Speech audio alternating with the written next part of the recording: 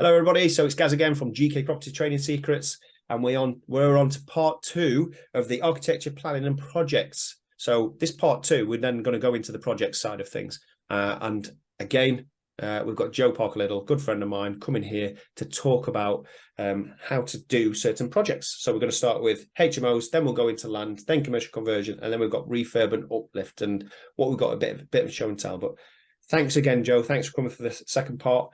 Really appreciate it. Oh, it's great to be here, Gaz. Thanks for having me on. No problem, no problem. And we really appreciate you taking time out just to add value to this community. What Jo's got is going to be amazing for you. Jo's going to then start presenting a live deal. And this is going to be a live deal for HMO. So talking through how to set it out. So it could be from a small house, large house, or wherever. This example will allow you to have a look and then try and quantify things, but also understand the process of doing a HMO and speaking to an architect, planning consultant, building regs, and everybody that you need.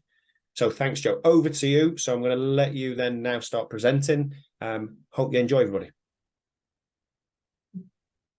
Hello, everybody, and welcome to this short guide on HMO conversion. I'm going to go through a few things that you need to think about when you're looking at HMOs and deciding if a building that you're looking at is suitable for a HMO conversion. Now, let me just share a live project with you, and I'll go through bits and bobs of what we did on this project and how it can help you.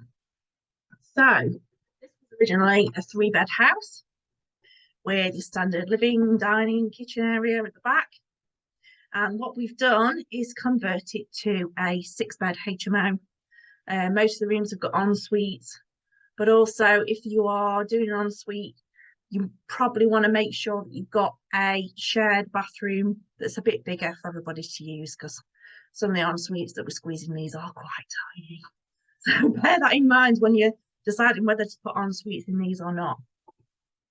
So for instance, this one, 2 of the rooms are a little bit smaller, and we decided it'd be better to create this shared bathroom here. It's also made sure there's enough room to house the hot water tank.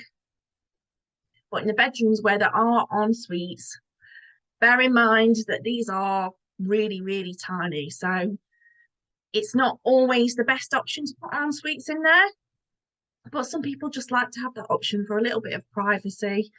But having a shared bathroom will just give them a second option. The first thing that you need to do when you are working out if you can fit, or how many bedrooms you can fit in your HMO, is to have a look at your local authority HMO standards. They will all have standard room sizes that you need to meet.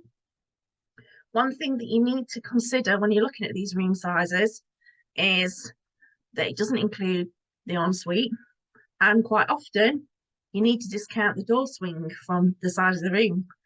So these do need to be calculated properly when you're working out how many bedrooms you can fit into your HMO. There's a lot of other extra requirements that you need to have. Your shared space, like for instance, in this one, we've got a kitchen diner. You need to have so many units per occupants for their own, purposes. There's certain things that you need to make sure you've got in there. So along with a cooker, you might need to provide a second, piece of equipment for cooking in there. You need to make sure you've got full washing facilities, somewhere for them to sit. And also the room sizes. This is also going to be laid out on the local authority HMO standards. So just double check exactly what you need in there to make sure you've got enough space and you're not crowding people into a tiny little cramped room, because nobody wants to live in that. And also that will make you a bad landlord. When you're looking at putting en suites into these, you've got to look at where your drainage is going to go. If you are in the middle of, a mid-terrace and you've got no room down the side, that's going to be really difficult. People talk about having sunny flow systems in that they're not great. They're noisy. You're in a shared house, you don't want to be hearing somebody's sunny flow system going off. Plus, that waste is still got to be pumped somewhere around the house. So you're going to have pipes going all over the place. The reason why we made the en-suites work on this one is because there is a general down the side of the house here. So that works really, really well for your HMO. Also, as well as the layout, your room sizes, and making sure you've got the right sharing spaces, you want to look at all the different bits and bobs of, health and safety standards. So, fire doors, you make sure you've got the right fire doors in there. You've got to make sure you've got to have some emergency lighting in, the right smoke detectors. There's all sorts of bits and bobs in this scheme that have had to be put together to make sure that, number one, it's compliant with local authority. Number two, your occupants are going to be happy and comfortable in there. But also, number three, that they're going to be safe. I mean, you don't want to be responsible for somebody burning to death in their little room, do you? So make sure that everything is right. But the first thing you want to do is get hold of the local authority HMO standards to check that this house is big enough. Next thing, of course, making sure that this particular area where your HMO is going to go is suitable for that change of use. In an Article 4 area, for instance, there's a good chance you might not be able to make this into a HMO. So this is something that you really, really need to check.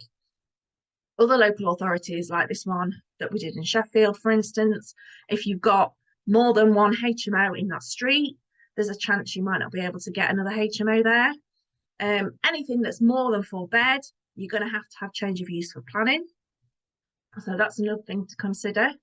But yeah, make sure that that area where you're looking at putting a HMO is somewhere where you can put a HMO.